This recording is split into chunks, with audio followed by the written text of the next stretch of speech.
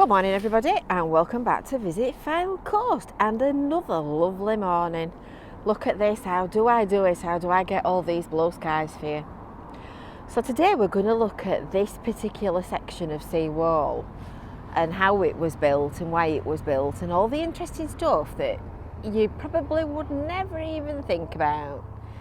And at the moment we're at Anchorsholme, so this is at the northern end of Blackpool seafront. You can just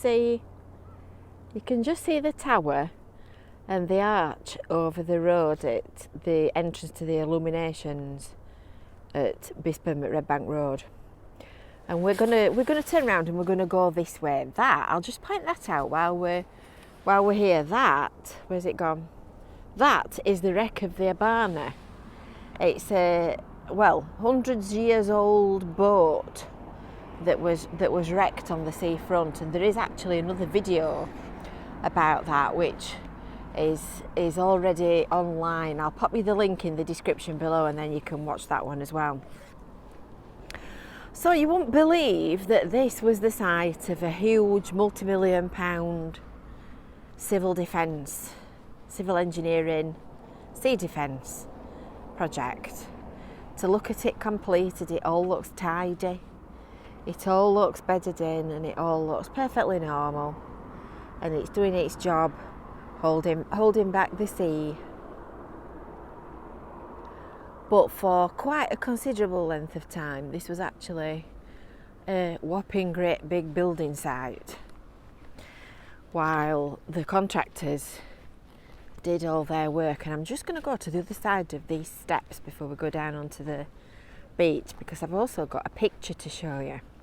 As you can see, the seafront parking here, it's not free. It's long stay parking, so it's £1 an hour. And if you're wanting to come and make use of the facilities at the seafront, what better place could there be than this? So I'm just going to stop here a second and I'm going to turn around and I'm going to show you this, because this is quite interesting, this. So if you kind of imagine this grassland at this side is Anchorsholme Park. And we're going to go and have a look there shortly, so there'll be another video for you to look at. So that's Anchorsholme Park, and if you're a familiar person with this area, you'll remember when it looked like this back in the day. I've got the picture the wrong way around, haven't I? Let's turn round. When it looked like this back in the day, facing the same way. Do you know, I was sure that picture faced the other way. So at the right hand side of that picture there is a wall that you can see right on the outer extreme of the photograph. And that wall was a tall, mucky looking brick wall that retained the height of the park. Where we're standing at the minute, that kind of picks up the line of the barrier, was a really short little concrete topped revetment. I mean, you can see there's a guy sat down there. And then there were wave breaker units at the seaward side, which have been replicated in today's modern wave breaker units. But the whole of the promenade that we're standing on has all been lifted to the height of the top of that wall at the right hand side. And if you remember, that wall was probably, it must have been 12 foot tall, and it's disappeared.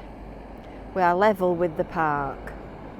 So if you've subscribed to Visit Fylde Coast, you can come back another day shortly, because when we've made this video, we're also going to go and do a video in Anchorsholme Park. It's been open a year, and we're going to go and take a look round and see what it looks like today. So we're going to go just down onto this bit of the seafront here and take a look at the seawall and how it was built, because I actually had the privilege of being involved in this job. No, I didn't put my boots on and go and physically build it. I was involved with the public information side of of the job. So I sat in that little white cabin that you might remember near the tram shelter for the best part of 2 years, explaining to people what was happening and what was being done. So how was it built? Well, it all looks so simple now, doesn't it, now that it's finished? So over the top of the old seawall, there's what's called blinding concrete installed. So that goes underneath these pieces here, and these pieces are all precast units that are dropped on top, as are the wave breaker steps, and then some of the cream blocks on the top section that form the difference in the layers. There are actually, in this job, a whopping 2,500 pieces of precast concrete that have been delivered to site and put into place to protect the seawall. And when you stand here, it's some depth of water. When you think about it, I mean, I'm about 5'6".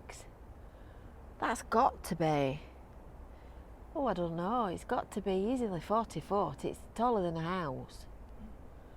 And when you think that on bad days in windy weather, last time we were down here, we did a little video of rough weather, only about 2 or 3 weeks ago, and the waves were actually coming over the top of the wall. They were hitting the wave breaker units and breaking up, and the spray was coming over the top. So it took 2.5 years to build, and you can see that we're coming up to a sort of a bullnose section at the moment as we're walking down here. And this goes over the top of the old United Utilities pumping station, which now is decommissioned because there is a new one in Anchorsholme Park. So this seawall in total was a £27 million project funded by the Environment Agency, and it's got a 100-year design life.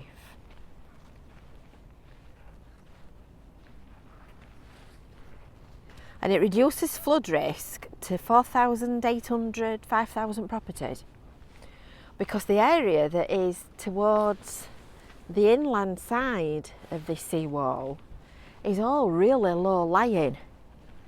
So it might look like the actual seafront is not liable to flooding, but the problem is that any water that comes over from the sea drains backwards inland in the direction of the tramway, and that's why it's important to keep the water out. And this sea defence protects the tramway, the major pumping station that is in Anchorsholme Park, the huge hole in Anchorsholme Park, which is another story for the next video, and loads of vital infrastructure, as well as a lot of different houses and homes. A lot of this that's washed up here is clay from underneath the beach. You've not got to go down very far. In fact, we did another video a few weeks ago. I've actually got some core sample tests that were taken up near the cafe at Cleveley's, and we did a video a few weeks ago of what's underneath the beach. And you've not got to go down very far at all before you come to this clay. It's the substrate of what we're built on. So if you know anybody that's a potter that fancies making their own pots, bring your potter's wheel down to the beach and you can pot away to your heart's content. So the prom itself actually opened to the public in November 2016. So the workmen's barriers and everything were removed round about then. But the official opening was carried out on Monday the 30th of October 2017. And the Environment Agency came along, and various dignitaries and people from Blackpool Council, etc., and cut the ribbon. cut the ribbon to proclaim it officially finished, and the job was done and dusted.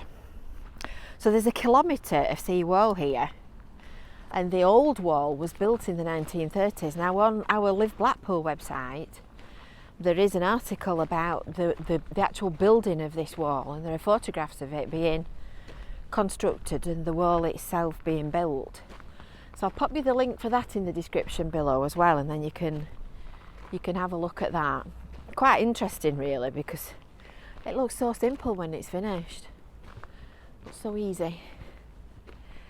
But as I say, it took 2.5 years to build.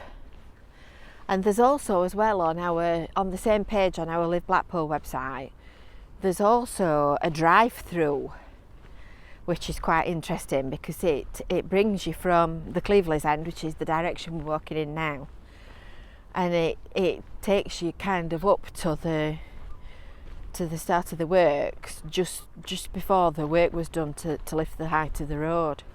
So it looks very, very different. It's quite interesting actually.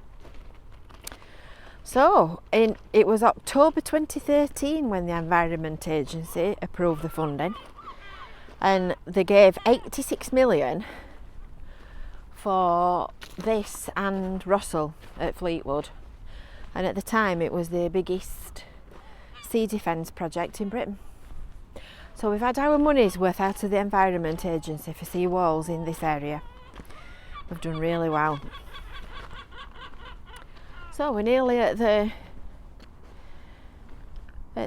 headland now, and of course all the top of this is all lovely, wide, flat, open promenade, so it's ideal for cycling, pushing prams, wheelchairs, scooters, walking. It's just lovely. It's a beautiful asset. So next time you're in the area, pop down and have a look, but don't leave your litter. No need for it. We've got plenty of bins.